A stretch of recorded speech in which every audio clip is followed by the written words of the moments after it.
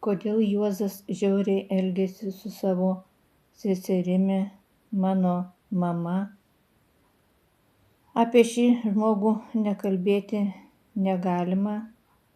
Jis yra melagis, apgavikas, psichologinis smurtautojas. Žmoniškumo pas šį žmogų visiškai nėra. Tačiau aš apie jį pakalbėsiu kitam sekančiam vaizdelyje. Juozas 4 metus meluoja man ir savo seseriai, kad Arūnas nuomojasi 3 hektarus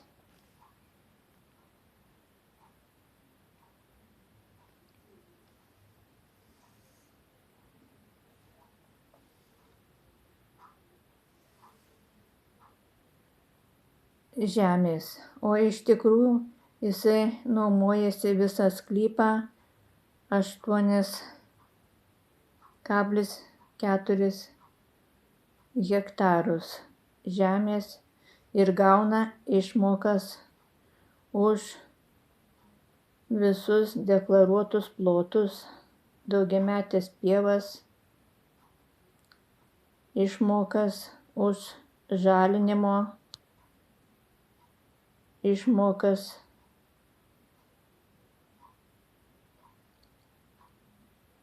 Arūnas turi vieną kartą nušienauti pievas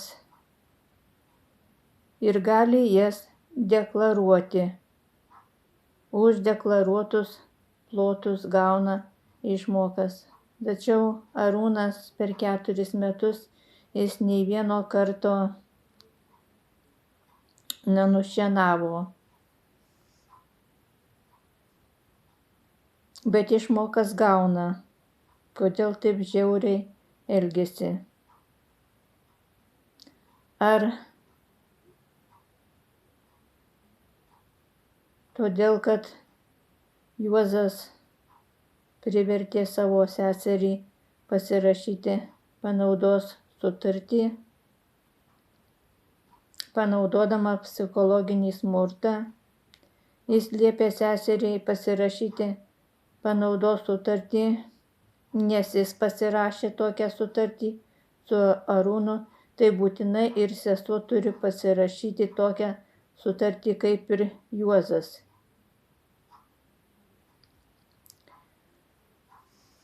Juozas liepė ir sesuo, mano mama, pasirašė. Nors ir dabar pasakoja, kad Arūnui kad Arūnas nuomojasi 3 hektarus žemės, o iš tikrųjų jisai ant sutarties pasirašė vietoj 3 hektarų 8,4 hektarus visą sklypą. Tai va ir parodau, kad jis mamą apgavo ir ši panaudos sutartis yra parašyta apgaulės būdu, nes mano mama ir dabar galvoja, kad jinai nuomoja Arūnui tik 3 hektarus.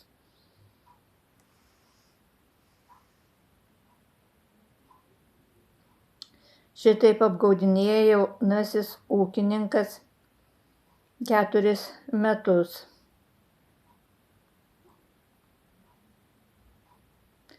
Juozas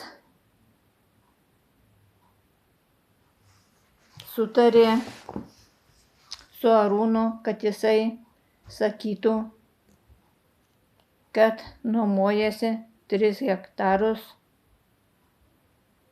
o įrašytų į sutartį 8,4 hektarus visą sklypą, nes mama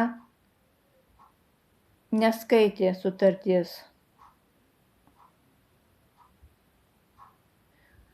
Jinai negalėjo skaityti, nes jinai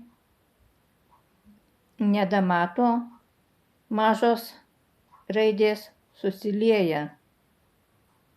ir šios sutarties jinai nesupranta, nes Juozas jau prieš 4 metus prieš sutartį sudarant man visąlaik sakydavo, kad tavo mama nesusigaudo, nieko nesupranta.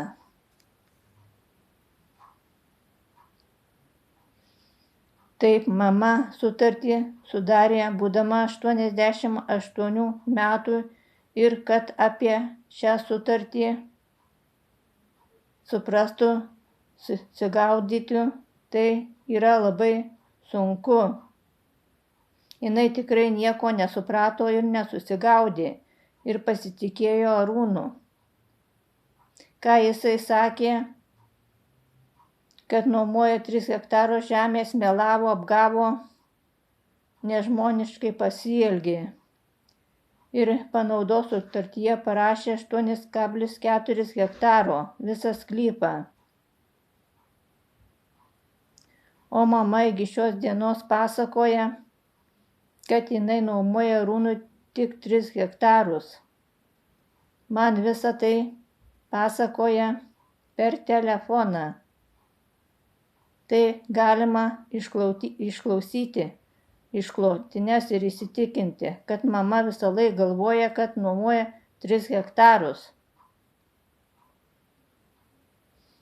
Aš jai ir buvau nuvežus originalą šią sutartį, kur Arūnas pasirašęs šią sutartį savo ranka. Čia ši sutartis yra parašyta Arūno ranka ir aš jai rodžiau, kad jisai nuomojasi ne 3 hektarus, o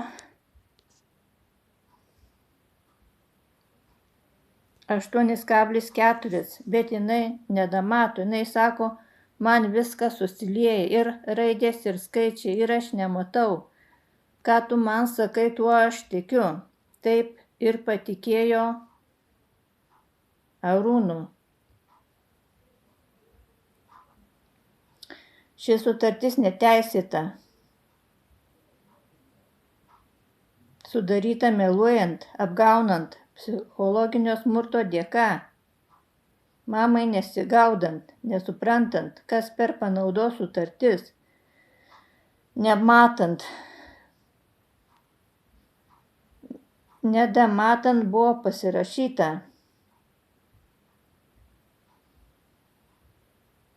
Juozas darė labai didelį spaudimą. Ir Arūnas pasinaudojo jos nesusigaudimu, nesupratimu. Jinai daug kartų per telefoną man sakė, mane apgavo Arūnas, kadangi aš juo pasitikėjau. O aš tokio amžiaus nesigaudau ir nesuprantu, nes man buvo 88 metai, kaip šią sutartį sudarinėjau. Man mama sako, tokiam amžiui yra sunku susigaudyti ir suprasti. O tai naudojasi Arūnas ir brolis Juozas.